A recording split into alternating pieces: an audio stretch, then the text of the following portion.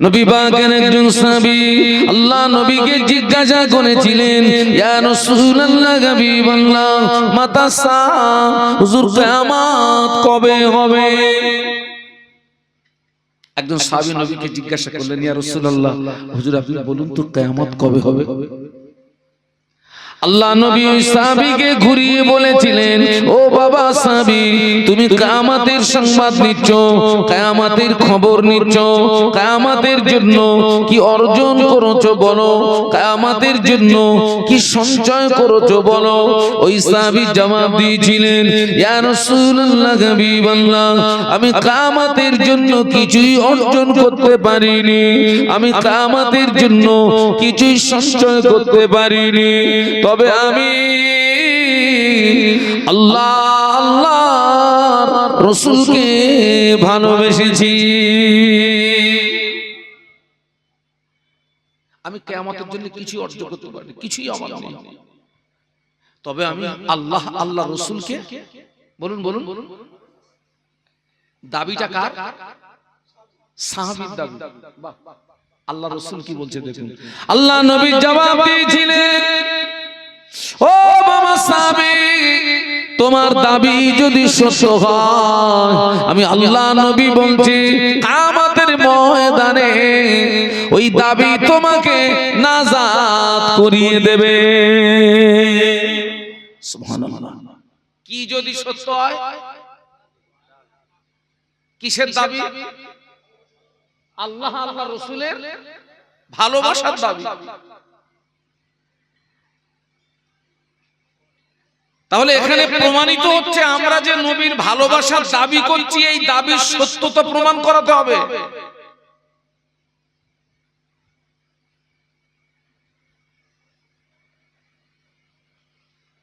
আল্লাহ নবী ১৫০০ বছর আগে বললেন, লা ইউমিনু আহাদুকুম হাত্তা আকুনা আব্বা ইলাইহি মিন ওয়ালিদিহি ওয়া ওয়ালাদিহি ওয়ান নাস আজমাইন। একটু বলুন আল্লাহু আকবার, আর একটু জবান খুলে বলুন। আল্লাহ বললেন, লা ইউমিনু আহাদুকুম হাত্তা আকুনা আহাব্বা ইলাইহি মিন ওয়ালিদিহি ওয়া ওয়ালাদিহি ওয়ান নাস আজমাইন, আও কামা ক্বালা আলাইহিস সালাম। আল্লাহর নবী বললেন, তোমরা ততক্ষণ পূর্ণাঙ্গ মুসলমান হতে পারবে না যতক্ষণ না পর্যন্ত তোমার পিতা, তোমার সন্তান এবং সমস্ত মানুষ অপেক্ষা আমি রাসূল আমাকে না ভালোবাসবে। আমার পিতা, আমার সন্তান, সমস্ত মানুষ অপেক্ষা যতক্ষণ পর্যন্ত বিশ্ব নবীকে না ভালোবাসতে পারছি, ততক্ষণ পর্যন্ত নিজেকে পূর্ণাঙ্গ মুসলমান হিসাবে পরিচয় দেওয়া যাবে না। আচ্ছা, সত্যি কি আমরা আমাদের পিতা, আমাদের সন্তান, সমস্ত মানুষ অপেক্ষা সত্যি কি আমরা নবীকে ভালোবাসি?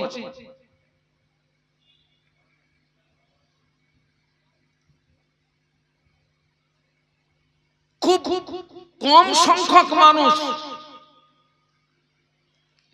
এই হাদিস শরীফের বাস্তবতার সঙ্গে তাদের জীবনের মিল আছে, আর ঢের সংখ্যক মানুষ এই হাদিস শরীফের সঙ্গে আমাদের বাস্তবতার মিল পাওয়া খুব কঠিন। আমরা নবীকে ভালোবাসি, অধিকাংশ মানুষের এই দাবিটা হচ্ছে মৌখিক দাবি, আর মৌখিক নবীর ভালোবাসার দাবি করা সহজ, ওই ভালোবাসাটাকে প্র্যাকটিক্যালে দেখানোটা, বলুন বলুন, খুব কঠিন, খুব কঠিন।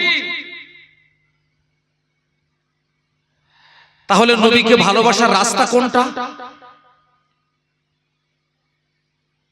বাস্তবে নবীকে ভালোবাসার রাস্তা কোনটা? কোন রাস্তায় গেলে বাস্তবে আমি আল্লাহ আল্লাহ রাসূলকে ভালোবাসব?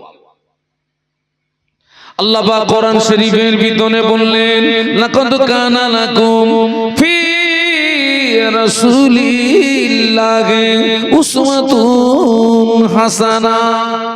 একটু সুবহানাল্লাহ বলুন, একটু মহব্বতে বলেন না। আমি আল্লাহ পাকের কোরআন শোনাচ্ছি তো, নবীর হাদিস শোনাচ্ছি তো। আলিফ লাম মিম, আলিফ হারফুন, লাম হারফুন, মিম হারফুন, তিনটে হরফ। যে ব্যক্তি কোরআন শরীফের তিনটি হরফ উচ্চারণ করলো, আল্লাহ তার নামায় আমলে 30টা নেকি দিয়ে দেয়। আল্লাহ বললেন লাকাদ কানা লাকুম ফি রাসূলিল্লাহি উসওয়াতুন হাসানা। আল্লাহ বললেন আমি আমার হাবিব নবী মুহাম্মদ সাল্লাল্লাহু আলাইহি ওয়াসাল্লামকে পৃথিবীর জমিনে উত্তম আদর্শের নমুনা করে পাঠিয়েছি। একটু বলুন সুবহানাল্লাহ। ছেলেরা আমার দিকে তাকাও বেটা। আমরা যদি 1000 দানার একটা তসবিহ বানাই আর 24 ঘন্টা যদি নবী নবীর নামে জিকির করে এই তসবির দানা টানি, হাত ব্যথা হবে, মুখ ব্যথা হবে, নবী পাওয়া যাবে না। বাস্তবে নবীর সঙ্গে সম্পর্ক তৈরি করতে গেলে বিশ্ব নবীর রেখে যাওয়া আদর্শে আমাদেরকে আদর্শিত হতে হবে। তানার রেখে যাওয়া সুন্নাতকে আমাদের জীবনে আঁকড়িয়ে ধরতে হবে। আজকে লক্ষ্য করুন, এক শ্রেণীর মুসলমান সেই নবীর আদর্শ আমাদের কাছে ভালো লাগে না। এক শ্রেণীর মুসলমান সেই নবীর সুন্নাত আমাদের কাছে ভালো লাগে না। বরং আমরা যারাই নবীকে ভালোবাসার দাবি করছি তাদেরকেই দেখতে পাওয়া যাচ্ছে নবীর দুশমন যারা, ইসলামের দুশমন যারা, কোরআনের দুশমন যারা, আল্লাহর দুশমন যারা, তাদের নোংরা নীতি আজকের আমাদের কাছে বড় পছন্দের। এটা দুঃখ এবং আফসোস। আল্লাহ রাসূল বলেছেন মান তাশাব্বাহা বিকওমিন ফাহুয়া মিনহুম। পৃথিবীর জমিনে যে জাত যে কওমের সঙ্গে আপনার ভালোবাসা থাকবে, কিয়ামতের ময়দানে ওই জাত ওই কওমের সঙ্গে তার হাসর হবে। আপনারা ইতিপূর্বে ওলামাদের জবান থেকে শুনে থাকবেন, কোন এক সময় কয়েকজন দুষ্কৃতী মদিনার জমিনে গিয়ে মাটি খুঁড়ে সুড়ঙ্গ কেটে আমাদের নবীকে তুলে আনতে গিয়েছিল। আপনারা শুনেছেন না? তারা কোন সম্প্রদায়ের মানুষ? ইহুদি। এই যে আজকের কম বেশি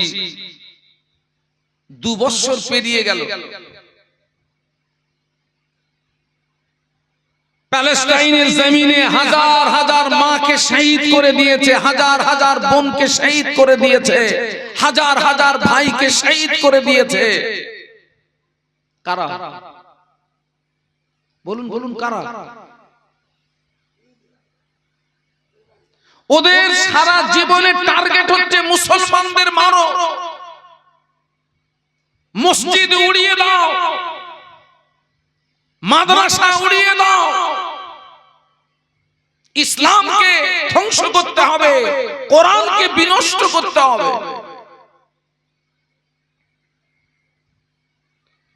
কিন্তু জেনে রাখবেন, আজও পর্যন্ত কেউ ইসলামের আলোকে নেভাতে পারেনি, কিয়ামত পর্যন্ত পারবে না।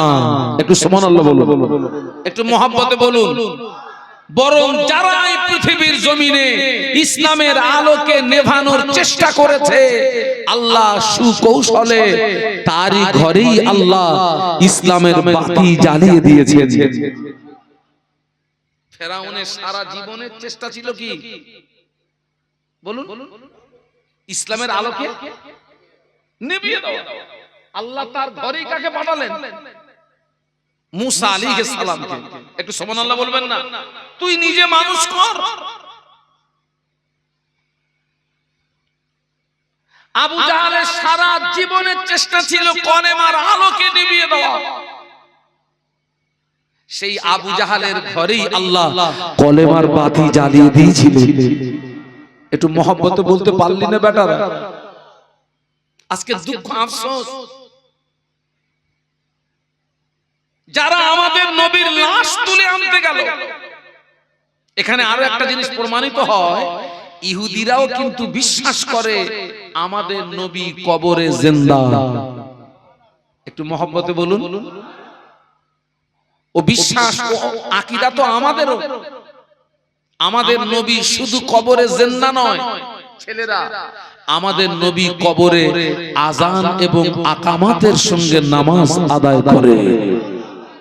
শুধু জিন্দা নয়।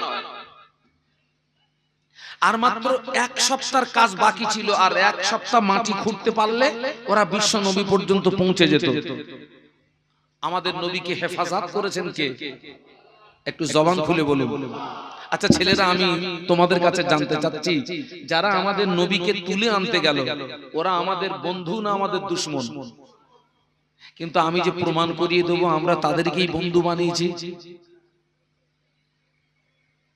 তুমি নবীর সামনে কি করে মুখটা দেখাবে বলো তো? পারল না। ওই ইহুদিরা চক্রান্ত করেছিল কোরআন বিনষ্ট করতে হবে, কোরআনকে ধ্বংস করে দিতে হবে। ও খড়গপুরের যুবকেরা, ও খড়গপুরের জওয়ানেরা, শুনে রেখে দাও, কোরআন পৃথিবীর জমিনে আসার পর থেকে আজও পর্যন্ত কেউ কোরআনকে বিনষ্ট করতে পারেনি, কিয়ামত পর্যন্ত পারবে না।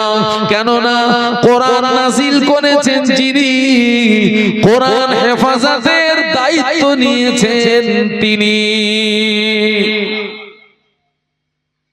আল্লাহ কোরআন শরীফের ভিতরে বললেন, ইন্না নাহনু নাযালনা যিকরা ওয়া ইন্না লাহু লাহাফিজুন। আল্লাহ বললেন, নিশ্চয়ই কোরআন নাযিল করেছি আমি এবং কোরআন হেফাজতের দায়িত্ব আমি আল্লাহ নিজেই গ্রহণ করেছি। এই যে মাঝে মাঝে আপনারা দেখেন না, কেউ কোরআনকে পদদলিত করছে, কেউ কোরআনের উপরে মদের বোতল রেখে দিয়েছে, কেউ কোরআনকে জ্বালিয়ে দিচ্ছে, পুড়িয়ে দিচ্ছে। কারা তারা? বলুন বলুন। সব ওই ইহুদির গোষ্ঠী। আল্লাহ কোরআন শরীফে এক জায়গায় বলেছেন, ইয়া আইয়ুহাল্লাযীনা আমানু লা তাত্তাখিযুল ইয়াহুদা ওয়ান নাসারা আউলিয়া। হে বিশ্বের ঈমানদার সম্প্রদায়, খবরদার, তোরা যেন ইহুদি নাসারাদের সঙ্গে বন্ধুত্ব স্থাপন করবি না। ওরাই তো চক্রান্ত করেছিল আমাদের নবীকে তুলে আনা, ওরাই তো চক্রান্ত করেছিল কোরআনকে বিনষ্ট করা। পারেনি। তামাম পৃথিবীর জমিনে যত কোরআন শরীফ, সব কোরআন শরীফ গুলোকে নিয়ে আজকে রাতে যদি আটলান্টিক মহাসাগরে ডুবিয়ে দেওয়া হয়, তামাম পৃথিবীর জমিনে যত কোরআন শরীফ, ওই কোরআন শরীফ গুলোকে নিয়ে আজকে রাতে যদি পুড়িয়ে ছাই করে দেওয়া হয়, আল্লাহর নামে শপথ করে বলছি, আগামীকাল পূর্ব দিক দিয়ে সূর্য ওঠার আগে আবার নতুন কোরআন জন্ম নেবে। কেননা আল্লাহ পাক তামাম পৃথিবীর জমিনে তার লক্ষ লক্ষ বান্দা বান্দির সিনার ভিতরে কোরআন হেফাজত রেখেছে।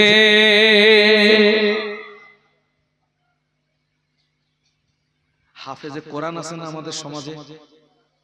একটা হাফেজে কোরআনকে এখানে দাঁড় করিয়ে দেবেন, 6 থেকে 8 ঘন্টা সময় দেবেন।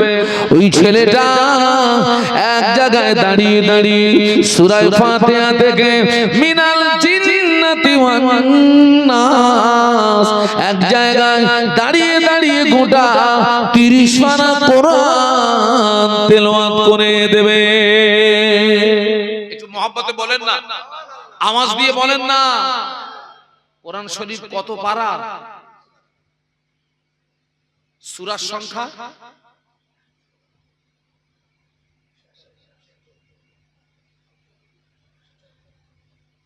এই খোকা, সূরার সংখ্যা কত? না বলতে পারলে বেরোবো বলো। ওপেন মারামারি হবে। এই তোমরা কেউ বলবা না, সূরার সংখ্যা বল, নইলে মাইক খুলে মারবো। 100 14টি সূরা, 6666টি আয়াত। এখন একটু মুখস্থ করে নে। তোরা কি রাগ করলি নাকি? হ্যাঁ, তোদের সঙ্গে পারি? একটা ঘুষি মারলি হুজুর চিত না? হ্যাঁ, আমি তোদের সঙ্গে মারামারি করে মরবো? এই খোকা, 114টি সূরা, 6666টি আয়াত, 30 পারা। আল্লাহ বান্দার সিনার ভিতরে হেফাজত করে রেখেছেন। একটু জোরে বলুন। একটা হাফেজে কোরআন তেলাওয়াত করবে, একটা জের জবর নোক্তা পেশ একটাও ভুল হবে? সুবহানাল্লাহ বলুন, একটু মহব্বতে বলুন। আমরা ছোটবেলা ধারাপাত পড়েছিলাম, খোকা তোরাও পড়েছিস। একে চন্দ্র, দুইয়ে পক্ষ, তিনে কপিস্টার বইও 6-7 পৃষ্ঠার বই না? ওই ছোট্ট একটা বইয়ের কোন হাফেজ আছে? আছে? তাম পৃথিবীর জমিনে বহু ধর্ম আছে, আর প্রত্যেকটা ধর্মের একটা করে ধর্মগ্রন্থ আছে। কোন ধর্মগ্রন্থর হাফেজ নাই, নাই। এবং শুনে রেখে দাও যুবকেরা, আমাদের নবী আসবার আগে যত নবী রাসূল এসেছেন, আল্লাহ নবীদেরকে যে মুজিজা দিয়েছেন, নবীরা কবরে মুজিজা, কবরে। আমাদের নবী, আল্লাহ সব নবীর চেয়ে আমাদের নবীর মুজিজা সবচেয়ে বেশি দিয়েছেন, বলুন সুবহানাল্লাহ। আর বিশ্ব নবীর জীবনের শ্রেষ্ঠ মুজিজা হচ্ছে কোরআন শরীফ। সুবহানাল্লাহ বলো। নবী কবরে, নবী কবরে, নবী কবরে, শ্রেষ্ঠ মুজিজা জীবিত দুনিয়াতে কিয়ামত পর্যন্ত থাকবে। একটু জোরে বলো। যারা আমাদের নবীকে তুলে আনতে গেল, যারা কোরআন বিনষ্ট করতে গেল, দুঃখ আফসোস আমরা তাদেরকে বন্ধু বানিয়েছি। আমরা তাদেরকে বন্ধু বানিয়েছি। আপনাদেরকে বলে যাচ্ছে, মাহফিল দেবেন, বিশ্ব নবী মূর্তির বিরুদ্ধে সংগ্রাম করেছেন না করেননি? বলুন বলুন। আজকে আমাদের মাহফিলে সেই মূর্তি জায়গা পায় কেন? আমি কি বলছি বুঝতে পারছেন না? পাচ্ছেন না? সেই মূর্তি আমাদের মাহফিলে জায়গা পাবে কেন? ওই গিয়ে দেখেন তো সে মাল আছে না নেই? এই কারা কারা দেখেছো? আছে না? দেবেন না, এগুলো মাহফিলে আনবেন না, মাহফিলে আনবেন না। আমরা সমাজকে নষ্ট করেছি, মাহফিলের ঐতিহ্যকে আমরা নষ্ট করেছি। আগে আলেম ওলামাদের যে আকর্ষণ ছিল, মোহাব্বত ছিল, ভালোবাসা ছিল, সেসব ভাটা পড়ে গেছে বাবা। এখন কেউ আর দাম দেয় না। আমাদেরও দোষ আছে, এখন আর দাম দেয় না। রাস্তা দিয়ে হুজুর আসতেছে, মেয়ে ছেলে বেটা ছেলে, নো কেয়ার, কোনো দাম নেই। আলেম ওলামা দেখলে আগে কারা মেয়েরা সমীহ করত, এখন সেসব আর আছে মুরব্বী? এখন ওদের সমীহ করলে ভালো হয়। আল্লাহ ওদেরকে হেদায়েত দেন, বলুন আল্লাহুম্মা আমিন, বলুন আল্লাহুম্মা আমিন। আজকের তাদের নোংরা নীতি আমাদের ভিতরে, এটাই দুঃখ, এটা আফসোস। কোন কথা বলতে এই পর্যন্ত এসেছি, অজ্ঞান হারিয়ে ফেলবেন না। নবীকে আল্লাহ বললেন, হাবিব আমার বান্দাদেরকে বলে দাও, তারা যদি তোমাকে পেতে, আমাকে পেতে চায়, আগে যেন তোমার তাবেদারি করে। তাবেদারি করতে হবে কার? নবী। অনুসরণ করতে হবে কার? নবী। ভালোবাসতে হবে কাকে? নবীকে। সত্যি কি আমরা নবীকে অনুসরণ করি? অনুসরণ কাকে বলে? অনুসরণ এই মসজিদের ইমাম যিনি, আমি ওই মসজিদের ইমামকে অনুসরণ করি। ইমাম যে পোশাক পরে, আমি ওই পোশাক পরি। ইমাম যেভাবে আহার করে, আমি সেভাবে আহার করি। ইমাম যেভাবে পথ চলে, আমি ওইভাবে পথ চলি। ইমাম যেভাবে কথা বলে, আমি ওইভাবে কথা বলি। ইমাম যেভাবে নামাজ পড়ে, আমি ওইভাবে নামাজ পড়ি। এর নাম কি? বলুন, কথা বলুন। অনুসরণ। ইমাম যায় ডাইনে, আমি যাই বাঁয়ে, এর নাম কি? বিরোধিতা করা। এক কথায় আমাদের প্রত্যেকটা কাজ জানো কার মতো হয়? সবাই মিলে বলুন, নবীর মতো হয়। সবাই মিলে বলুন, আমাদের প্রত্যেকটা কাজ যেন নবীর মতো হয়। সুবহানাল্লাহ বলুন। আমার পোশাকটা যেন নবীর মতো হয়। আমি অনেক জওয়ান যুবককে বলেছি, ছেলেরা সারা জীবন তো হজ শুনলি, এবার একটু মাথায় টুপি লাগা আর আল্লাহর রাস্তায় একটু মুখে দাঁড়ি রাখ। আমাকে জবাব দিচ্ছে, হুজুর আপনি তো আপনার মতন বলে যাচ্ছেন, মাথায় টুপি দিয়ে মুখে দাঁড়িয়ে রেখে সব জায়গায় যাওয়া যায় না, কোথায় যাস? তো বলছে, হুজুর আমাকে থানায় যেতে হয়, কোর্টে যেতে হয়, রাইটার্স বিল্ডিং এ যেতে হয়, মাথায় টুপি দিয়ে মুখে দাঁড়িয়ে রেখে ও সব জায়গায় যাওয়া যায় না। ও ঠিক বলেছে না ভুল বলেছে? ও ও যে পোশাকে আছে ওই পোশাকে যাবে ওই তিনটে জায়গায়, আর আমি যে পোশাকে আছি এই পোশাকে ওই তিনটে জায়গায় যাব। ও সম্মান বেশি পাবে না, আমি সম্মান বেশি পাবো। গতকালকে আমি একটা ডাক্তারের কাছে গেলাম আমার স্ত্রীকে নিয়ে। আমার স্ত্রীকে নিয়ে একজন ডাক্তারের কাছে গেলাম, তিনি একজন অমুসলিম। অন্য পেশেন্টরা আসছে, মহিলারা এসছেন, তানাদেরকেও তিনি যেভাবে দেখলেন আমার দৃষ্টিতে তিনি আমার স্ত্রীকে আলাদাভাবে দেখেছেন এবং আমার স্ত্রীকে তিনি মা বলে সম্বোধন করলেন।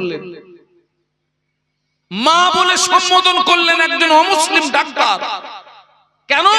আমার স্ত্রীর পোশাকে, আমার স্ত্রীর আচার আচরণে ডাক্তার তাকে মা বলতে বাধ্য হয়েছে। বলছে, হুজুর মাথায় টুপি দিয়ে সব জায়গায় যাওয়া যাবে না, অত বড় দাড়ি, সব জায়গায় যাওয়া যায়? আমি বলি, আচ্ছা ভাই, আমার এই দাড়ির চুলগুলো যদি দাড়ি পাল্লায় ওজন করি কতটা ওজন হবে বলে মনে হয়? 20 গ্রাম। আচ্ছা হলো 20 গ্রাম।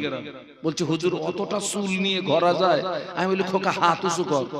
হাত উঁচু করেছে, দেখি 1 বিঘে লম্বা। কি বলেন তো?